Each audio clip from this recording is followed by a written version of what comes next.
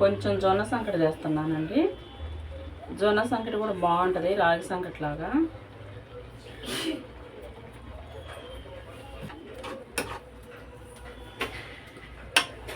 ఒక గిద్ద బియ్యం పొయ్యి మీద వేసానండి. మనకు జొన్న సంకటి లాగే రాగి సంకటి కూడా బాగుంటుందండి. ఈ జొన్న సంకటి జొన్నలు కూడా మనం శుభ్రంగా కడిగి ఎండపోసుకొని మర దగ్గరికి వెళ్తే మనకి సంకటకు కావాల్సిన రవ్వలాగా కానీ మెత్తగా కానీ, కొంతమంది రవ్వ పట్టించుకుంటారు, కొంతమంది మెత్తగా పట్టించుకుంటారు, మిల్లు ఆడించుకుంటారు. దాని తయారీ విధానం చూద్దామండి. జొన్న సంకటి చాలా బాగుంటుందండి. ఇట్లా కలుపుకుంటే సాలను కొంచెం మెత్తగా అయ్యేదాకా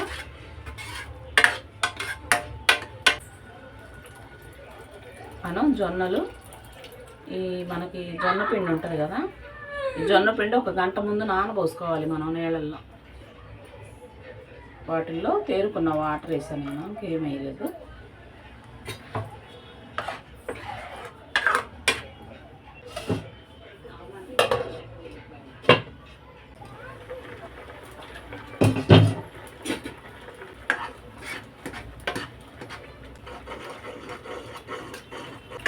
ఒక చిన్న టీ గ్లాసే పోసానండి బియ్యం మనకి సంకట్లోకి.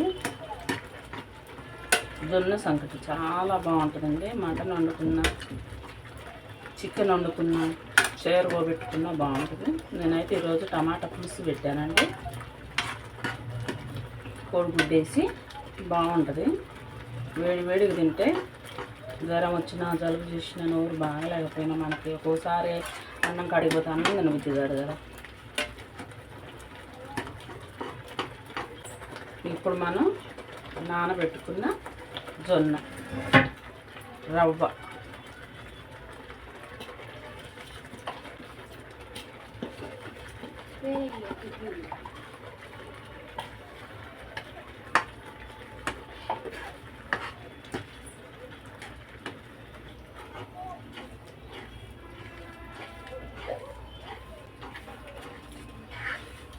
మనం ఇలాంటి నాన్ స్టిక్ బాండీలో చేసుకుంటే అడుగు అంటకు బాగుంటుంది. మనం తిప్పుకుంటానే ఉండాలి ముద్ద అయ్యేదాకా.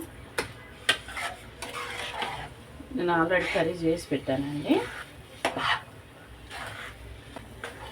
మనకు అడుగు అనేది అంటుకోదండి, తిప్పుకోవాలి మనం. ముద్దకు వచ్చేస్తుంది చూడండి.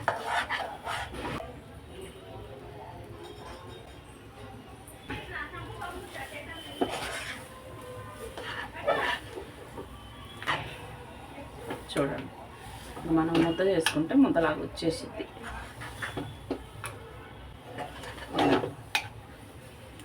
ఓకే, వచ్చేసిందండి. మనం ముద్ద చేసుకోవచ్చు. ఇంకా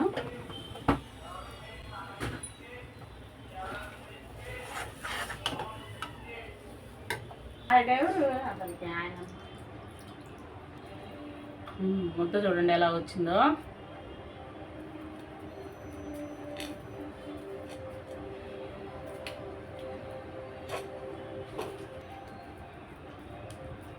ఇలా వస్తాయండి ముద్దలు. కాలుతుంది ముద్ద. ఎంత బాగా వచ్చిందో చూడండి ముద్ద. చూడండి ముద్ద ఎంత బాగా వచ్చిందో.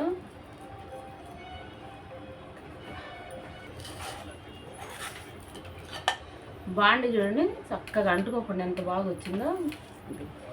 మనకి సంకటి అంటుకోకుండా బాగా వచ్చింది ఈ బాండీలు అయితే.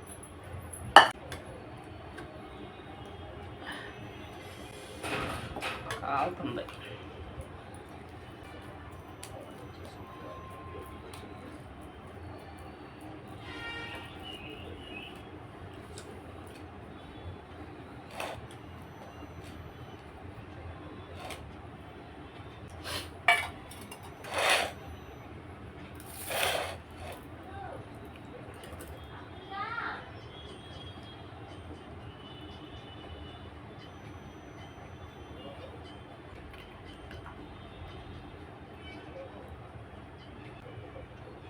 చూడండి జొన్న సంకటి ఎంత బాగా వచ్చిందో.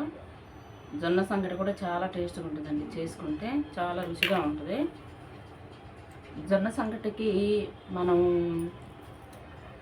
ఇంతేనండి జొన్న సంకటి చేసుకోవాలంటే ఇప్పుడు చూశారుగా తయారీ విధానం. మరి కొత్త వాళ్ళు ఎవరైనా చూస్తున్నట్టయితే లైక్ చేయండి, షేర్ చేయండి, సబ్స్క్రైబ్ చేసుకోండి. ఇంతేనండి, మనం మనసు పెడితే ఎంతసేపు పట్టదు చేసుకోవాలంటే. రాగి సంకటే కాదండి, జొన్న సంకటి కూడా చాలా బాగుంటుంది. వేడి వేడి అన్నం వేసుకొని తింటే చాలా బాగుంటుంది, ఆరోగ్యానికి కూడా చాలా మంచిదండి.